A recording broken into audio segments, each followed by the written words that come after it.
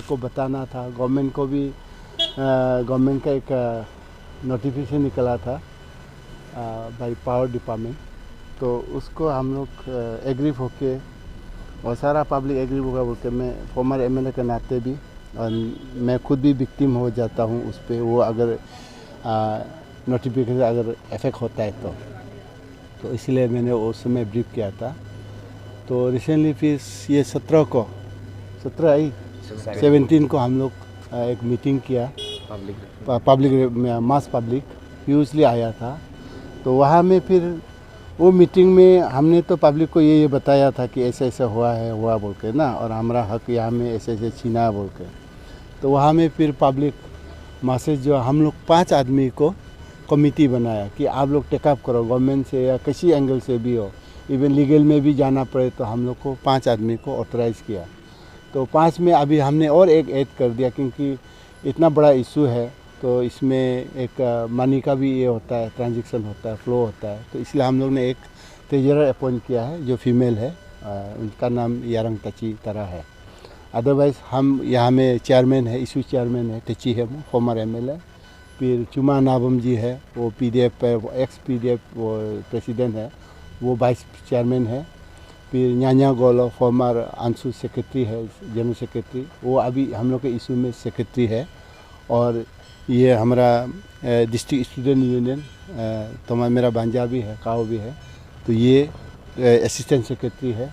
और ये मेरा भांजा, ये भी नाबम है, बामपुर सिटिंग ग्राम मेंबर है, बीजेपी का है, तो ये भी उसमें मेंबर कन्वेनर है।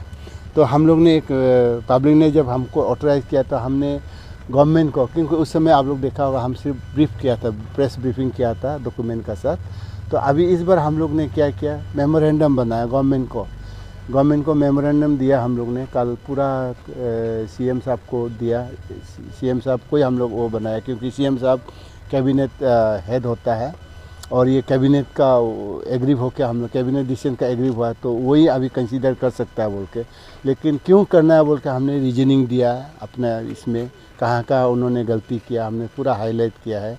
क्योंकि यहाँ गवर्नमेंट ऑफ अरुणाचल में ये फॉरेस्ट कंजर्वेशन एक्ट 1980 को बड़ा डिपार्टमेंट मान के उनको अभी भी हमारा डिपार्टमेंट जो भी हो, वर्किंग डिपार्टमेंट, उसको वो मानता है। फॉरेस्ट क्लियरेंस तो चाहिए होता है हर इसमें ना, हर सब्जेक्ट में, हर डेवलपमेंट एक्टिविटीज़ हो, इवन प्राइवेट होने से भी फॉरेस्ट क्लियरेंस चाहिए होता है।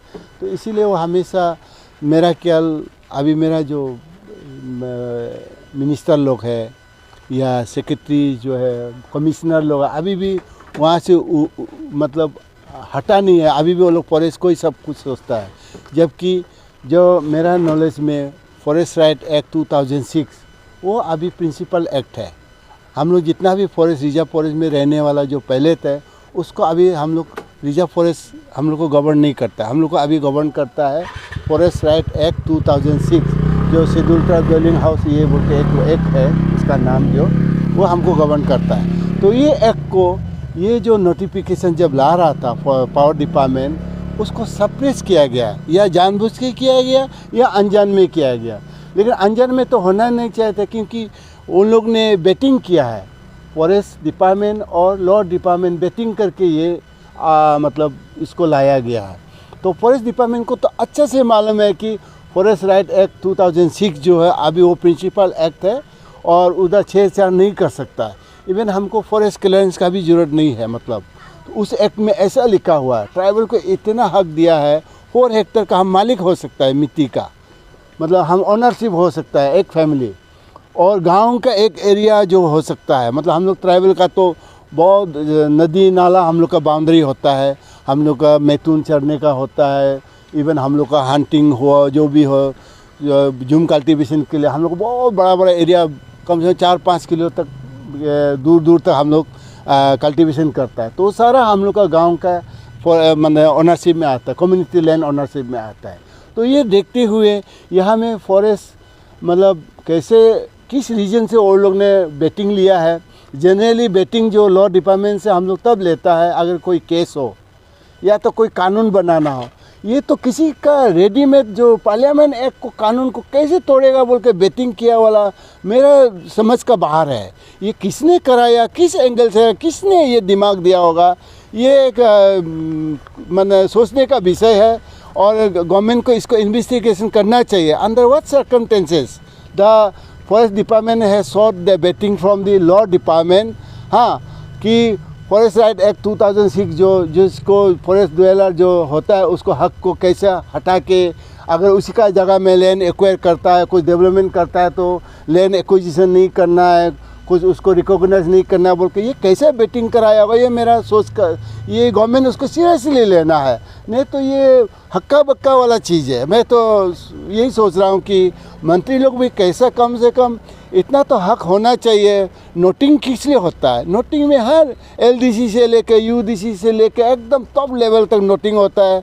देन मंत्री कंसर्न जो है वो अप्रूव भी कर सकता है या एसीएम तक जाता है फाइल, तो सारा एक एक पॉइंट को वहाँ गलत सही को सारा को रिफ्लेक्ट करता है। तो इतना भी नहीं किया कि यह हम लोग को जितना भी ऑल अरुणाचल में जो ट्राइबल है जो रिजर्व फॉरेस्ट से पहले रह रहा था उसको ये 2000 फॉरेस्ट राइट एक्ट का द्वारा जो प्रोटेक्शन मिला है उसको हटाने के लिए कर रहा है क्या? ये 12 लाख जो एविक्शन अभी जो सुप्रीम कोर्ट ने स्टे दे के रखा है, क्या उसमें भी हमको भी शामिल कराना चाहता है कि ये सोचने का विषय है। अब ये सबसे बड़ा क्वेश्चन है 12 पॉपुलेशन जो अभी कहा जाए तो हम लोग ये क्या बोलेगा आई ओपनर है। बाकी ऑल अरुणाचल में ये इफेक्ट है। आपको भालुकपुंग बोलो, वेस्ट कामेंग बोलो, ये पपुमपारा में अभी अब तालो पुतम का केस को देख रहा है। तो मेरा ख्याल ये सारा हमको सीरियसली देखना पड़ेगा और गवर्नमेंट को इसको रीथिंक करना पड़ेगा। देखो ट्राइबल मिनिस्ट्री के अंदर में आता है, उसको इंडिपेंडेंटली डील करने दो। जो फॉरेस्ट लैंड का जो अथॉरिटी है, लैंड डिपार्टमेंट है, और डीसी उसका अंदर में आता है क्योंकि डीसी रेवेन्यू कलेक्टर होता है डिस्ट्रिक्ट में, और रेवेन्यू कलेक्ट करके लैंड डिपार्टमेंट में पैसा जाता है, लैंड हेड में जाता है। तो अभी इनका कहने का मुताबिक पावर डिपार्टमेंट अभी वो लैंड का जितना भी लैंड एक्विजिशन है उसको देखेगा बोला है। तो ये बहुत मैंने सोचने का विषय है, ये कैसा गवर्नेंस सिस्टम है, मैं थोड़ा मेरा समझ का बाहर हो रहा है। आप लोग भी कभी कभी पूछिए सर ये तेची हेमो एक्स एमएलए ऐसा ऐसा बोला, कहाँ तक सही है? क्योंकि हम लोग ऑफिशियल कैपेसिटी में कल सारा ऑफिशियल को मिला है, और उस मीटिंग में अगर कोई ऑफिशियल हमको ऐसा बोलता है तो हम सीरियस है, हमारा मंत्री भी सीरियस होना चाहिए। जो गवर्न कर रहा है, गवर्नेंस कर रहा है, हमारा पेमा साहब को भी इसको संज्ञान लेना चाहिए।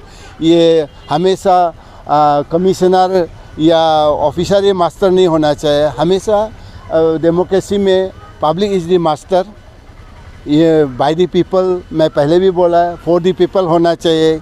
यहाँ में बाय द पीपल लेके आप फॉर द पीपल नहीं कर रहा है, आप ब्यूरोक्रेट का इन्फ्लुएंस में काम कर रहा है, और एक जो कंसर्न डिपार्टमेंट को आप उसको सप्रेस करके कर रहा है। ये बहुत सीरियस इशू है। आप लोग इसको इंटरव्यू लीजिए, कंसर्न मिनिस्टर को लीजिए, जो लैंड है उसको पूछिए क्या आपका लैंड का सब्जेक्ट को अभी पावर को दे दिया क्या? क्योंकि ऐसा बोला आपका लैंड सेक्रेटरी ने ऐसे ही बोला मुझे कल, ये सारा सुन रहा था। उसका बाद फिर कमिश्नर पावर बोला कि हम ये जो एक्स ग्रेशिया को हटा देगा। एक्स ग्रेशिया अगर हटाने लायक था तो लगाया क्यों है? वो भी कैबिनेट मीटिंग करके। इतना सिंपल था, ये इम्पोर्टेंट नहीं था। क्योंकि जो कहने का तरीका से तो मुझे ऐसा लगा कोई ये इम्पोर्टेंट नहीं था, हटा भी देगा तो कुछ नहीं है, तो लगाया क्यों? और वहाँ में ट्राइबल आदमी को क्लियरली लिखा मेंशन किया है, जो ट्राइबल उसमें रह रहा है, रिजर्व फॉरेस्ट में रह रहा है, उसको ये राइट नहीं है बोला। हमने ये बोला, आपने ऐसा लिखा। वो बोलता आपका इंग्लिश अलग है, मेरा इंग्लिश अलग है। मैं बोला अरे आपका इंग्लिश मेरा इंग्लिश तो एक ही होगा। हाँ, उनका कहना कि नहीं और दूसरा है, तो दूसरा है तो आप उसको लिखो। हमको आप purely tribal residing reserve forest क्यों लिखा है? तब तो आप ऐसा लिखा, आपका खुद का, हमने उसको पन्ना को पलट के पढ़ाया, देखो ये आपने लिखा। तो वो उनका और भी कॉलिक था, जल्दी मल्दी था, इसलिए हम लोग इतना बात नहीं कर सका। अदरवाइज़ हम तो कल उनको बोलना था कि आपने गलती किया है। और वो कह रहा था कि हम तो छुट्टी में था, अचानक आके ये करना पड़ा बोला, हमको भी मालूम नहीं था बोला। तो ये जो एक्सक्यूजेस है पब्लिक का एक इशू को लेके इतना इजी गोइंग किया है ना, ये बहुत सीरियस है गवर्नेंस सिस्टम में, मैं एक सोचता हूँ। और हमारा जो एरिया का जो एमएलए है, उन्होंने उस दिन पब्लिकली बोला अभी लैंड अलॉटमेंट देगा बोल के। तो मैंने देखा कि लैंड अलॉटमेंट होने से तो देखिए यहाँ में आप लोग को एक दो चीज़ हम बता देना चाहता है। अभी जो ईटानगर में भी बहुत ये चर्चा हो रहा है, एक तो है एलपीसी, एक तो है लैंड अलॉटमेंट। लैंड अलॉटमेंट उसी जगह में दिया जाता है जहाँ से रेवेन्यू कलेक्ट करता है। तो ये ईटानगर सारा रेवेन्यू में आता है, इसलिए यहाँ का लैंड अलॉटमेंट होता है। और वो लैंड अलॉटमेंट लेने के लिए जनरली नोटिफिकेशन निकालता है, या तो किसी एंगल से एरिया को फिक्स करके ये एरिया में हम रेवेन्यू लेगा बोल के। ये एक है। एलपीसी जहाँ होता है वहाँ में रेवेन्यू कलेक्ट नहीं करता है, नॉमिनल फ़ी ले सकता है, नहीं भी ले सकता है। जैसे गंगा हुआ, आपको जोलंग हुआ, मॉडल ब्लेस हुआ, आपको बुरुम हुआ, आपको जो क्या है निर्जुली हुआ, ये सारा एलपीसी सिस्टम है। तो वहाँ में ये नहीं होता। तो अभी हमारा सिजू सा 12 एप्लीकेशन जो है वो नोटिफिकेशन में नहीं आता है, नोटिफाई नहीं किया गया उसको। तो नोटिफाई नहीं होने से वहाँ सिर्फ एलपीसी गवर्न करेगा, एलपीसी सिस्टम। तो यहाँ हमारा एमएलए खुद जो इस पार्टी रूलिंग पार्टी का प्रेसिडेंट है, उन्होंने बोला कि अभी हम अलॉटमेंट दिलाए, अलॉटमेंट ऑर्डर हो गया। तो हमने देखा है वो कागज़ तो सच में अलॉटमेंट का नहीं था। उसमें वो लिखा था कि क्या सिस्टम से रेवेन्यू लेगा, 50 रुपया, 100 रुपया, 200 रुपया, ऐसा कुछ रेट था। वो रेट तभी ले सकता है जब वो नोटिफाई होता है। यहाँ बिना नोटिफिकेशन में, बिना नोटिफाई करके, बिना रिजर्व फॉरेस्ट से नहीं निकाल के, हाँ हम लोग का जो फॉरेस्ट राइट एक्ट 2006 आगे जाके रेवेन्यू लैंड हो सकता है, लेकिन उसके लिए भी गवर्नमेंट पॉलिसी लाना पड़ेगा। लेकिन गवर्नमेंट ऐसा पॉलिसी नहीं ला के अभी एक तो डीसी लिख रहा है एलपीसी कैंसिल करो, और एक तरफ हमारे एमएलए साहब लेके आ रहा है अलॉटमेंट दो बोल के। तो ये भी बहुत कन्फ्यूजन इशू है। ये भी गवर्नमेंट ऑफ अरुणाचल का ही नोटिस है, ये वो भी ये हमारा लैंड डिपार्टमेंट। अब ये लैंड डिपार्टमेंट बोलता है सारा 12 एप्लीकेशन जो रिजर्व फॉरेस्ट है उसको अभी पावर डिपार्टमेंट लैंड को डील करेगा। फिर आप किस लिए ये आपने ये नोटिफिकेशन निकाला कि रेवेन्यू इतना देना बोल के? तो उनका ही क्वेश्चन, उनका ही आंसर, उनका ही नोटिफिकेशन को वो खुद क्लेश कर रहा है। जो हम पब्लिक, हम एग्री है, हम कंफ्यूज है, हमें करना है तो क्या करना है। हम नेचुरल ऑनर है, जितना भी ट्राइबल होता है वो नेचुरल ऑनर है। हम बरसों से हम स्पेशली फॉरेस्ट एरिया में हम नेचुरल ऑनर है, हम गार्जियन है। हम होते हुए फॉरेस्ट बचता है और हमको अभी आउटलाइन कर रहा है आप, वो नहीं है, वो भी through notification state cabinet minister द्वारा। ये बहुत दुख का बात है, वो बहुत सीरियस बात है। इसको हम लोग कदापि नहीं मानेगा। अगर गवर्नमेंट हम लोग को टाइमली नहीं करेगा, we will definitely knock the जहाँ भी हमें जाना होगा हम जाएंगे। ये हम लोग का पब्लिक ने हम लोग को ऑथराइज़ किया गया।